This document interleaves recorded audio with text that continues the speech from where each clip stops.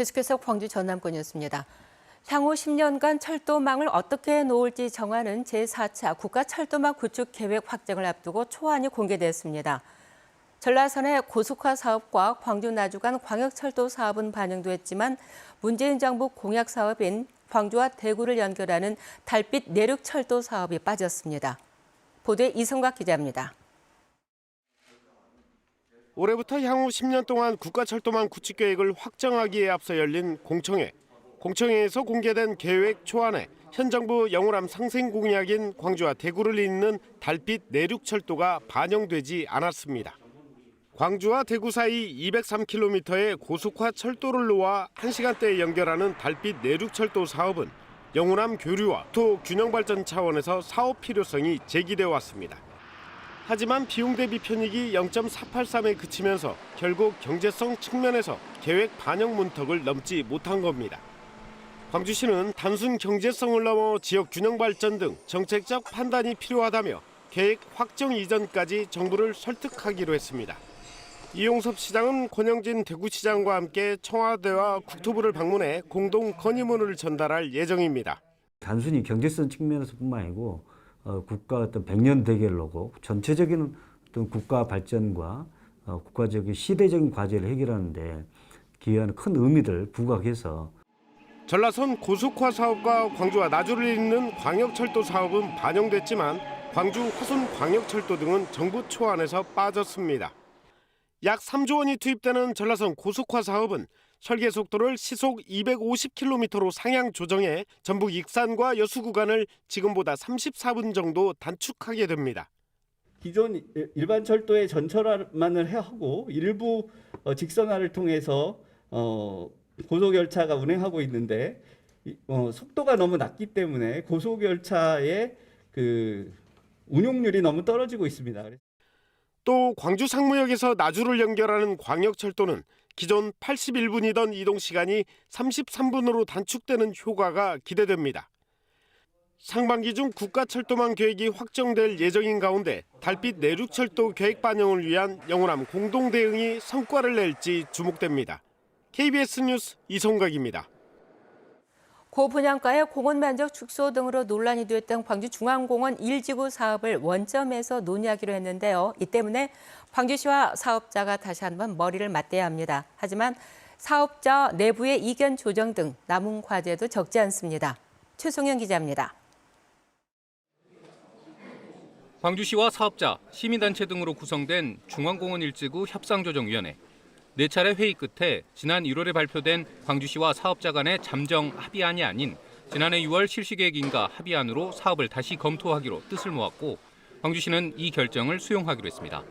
사업자 요구로 축소될 뻔한 공원 면적은 살리고 논란이 된 80평형대 분양과 45평형 임대세대 공급은 사실상 백지화된 셈입니다. 85제곱미터 이하 임대주택 383세대 공급은 되살아나 수요자 폭도 넓힐 수 있게 됐습니다.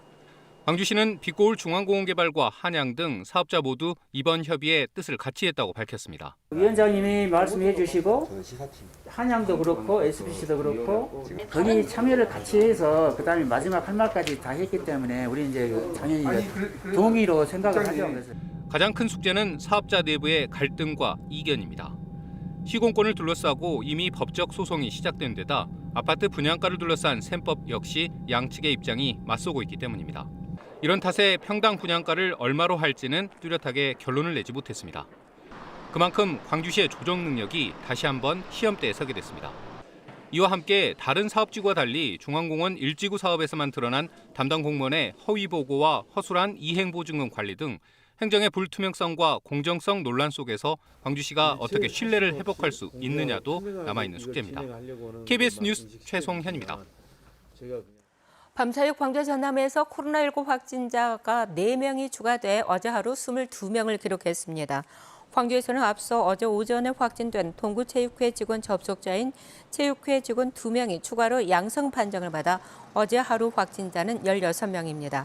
동구는 어제 체육회 직원 근무지인 청사 별관 4층을 폐쇄하고 구청 전 직원을 전수 검사했는데 다른 직원은 모두 음성이 나왔다고 밝혔습니다. 전남은 목포에서 광주체육회 직원 관련 확진자의 접촉자 2명이 확진돼 어제 하루 확진자가 6명으로 늘었습니다. 직원 180여 명을 둔 광주축산농협이 직원들에게 시간 외 수당을 제대로 지급하지 않고 육아휴직도 못 쓰겠다는 주장이 제기됐습니다. 노동청이 수사에 들어갔습니다. 김혜린 기자의 보도입니다. 광주 축산농협에서 10여 년간 일한 A씨. 지난 2019년 초등학교 2학년 자녀를 돌보기 위해 육아휴직을 희망했지만 신청조차 못했습니다. 축협 측이 자녀가 24개월 미만인 경우에만 육아휴직이 가능하다며 부정적인 입장을 밝혔기 때문입니다.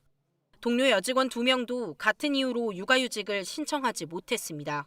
현행법상 육아휴직은 초등학교 2학년 이하의 자녀가 있으면 쓸 수 있습니다.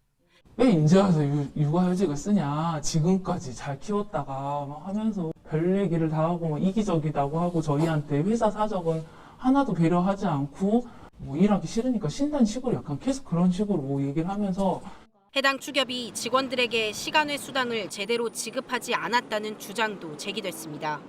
직원 B씨는 지난 20여 년간 회사 지시에 따라 정규 출근 시간보다 1시간 이른 8시에 출근해 왔습니다. 하지만 이에 대한 수당은 단 한 푼도 받지 못했습니다. B씨 등 전 현직 직원 20명은 노동청에 임금체불 신고를 했습니다. 직원들은 축협 측이 수당 미지급이 문제가 되자 직원들에게 수당을 포기하겠다는 동의서에 서명할 것을 요구했다며 관련 문서를 근거로 제시했습니다. 저희 지점 같은 경우는 그렇게 받았어요. 한 사람 하나씩 불러서 동서 주소 썼으면 주소라고 말하는데 안 줄 수가 없죠. 이에 대해 축협 측은 노동청이 조사 중인 사안이라며 답할 수 없다고 밝혔습니다. 광주지방고용노동청은 남녀고용평등법 위반과 임금체불 혐의에 더해 광주축협이 노조 설립을 방해했다는 신고를 접수하고 수사를 이어가고 있습니다. KBS 뉴스 김혜린입니다.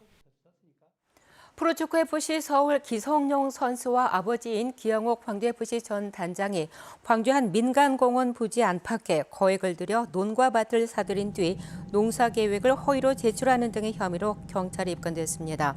광주경찰청 부동산 투기 특별수사대는 지난 2015년부터 2016년 사이 광주 금호동 마륵공원 특례사업 부지 안팎에 농지를 사들인 뒤 농업계획서를 허위로 작성하고 농지를 차고지 등으로 무단 형질 변경한 혐의로 최근 기시부자를 불구속 입건했습니다.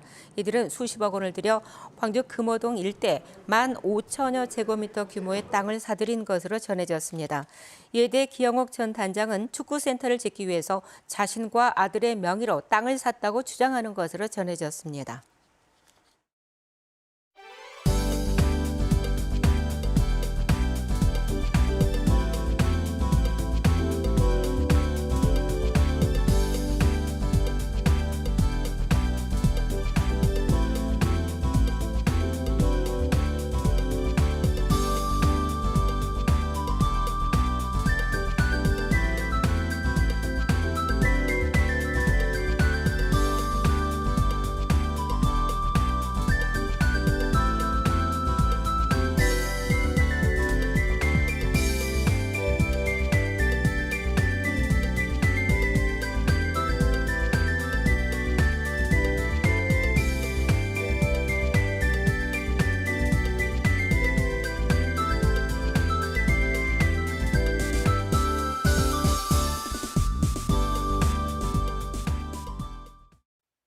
오늘도 더위는 여전하겠습니다. 오히려 광주 전남 지역은 어제보다도 기온이 높겠는데요.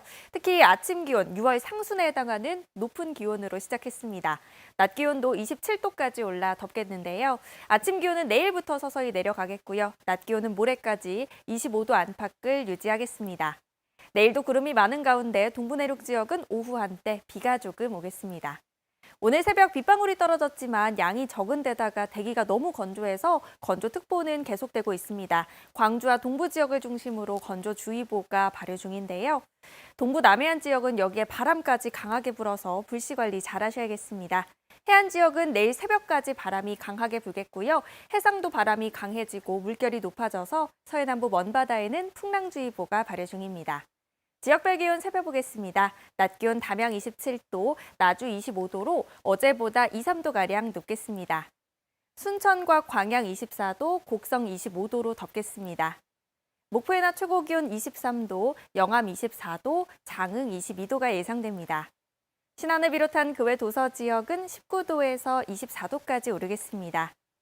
바다의 물결은 먼 바다를 중심으로 최고 4m로 높겠습니다. 항해나 조업하는 선박들은 주의하셔야겠습니다. 다음 주 중반에 다시 한번 비 소식이 있습니다. 내셨습니다. 순천시민단체가 삼산 망북지구 민간공원 특례 사업이 위법하게 추진되고 있다며 허석 순천시장을 검찰에 고발했습니다.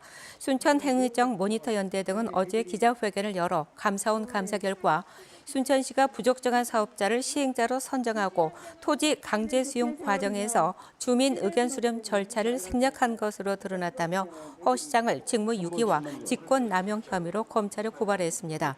이에 대해 순천시는 입장문을 내고 감사원의 감사 결과 보고서에 고의적으로 위법 행위를 했다는 내용이 없다며 유감의 뜻을 나타냈습니다. 전남 동북권 시민사회 단체와 경남 하동, 남해, 고성 주민들이 광양만권 미세먼지와 중금속을 공동으로 조사합니다.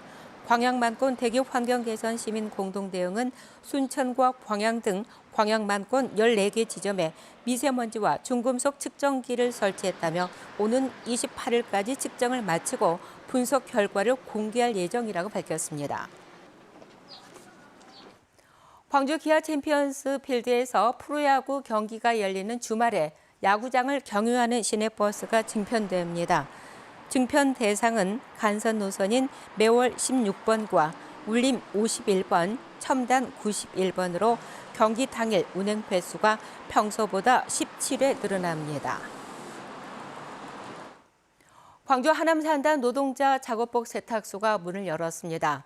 하남 혁신지원센터에 마련된 세탁소는 세탁기와 건조기 각 석 대씩의 수거, 배송 차량을 갖추고 있으며 하루 1,200벌의 작업복을 세탁 건조할 수 있습니다.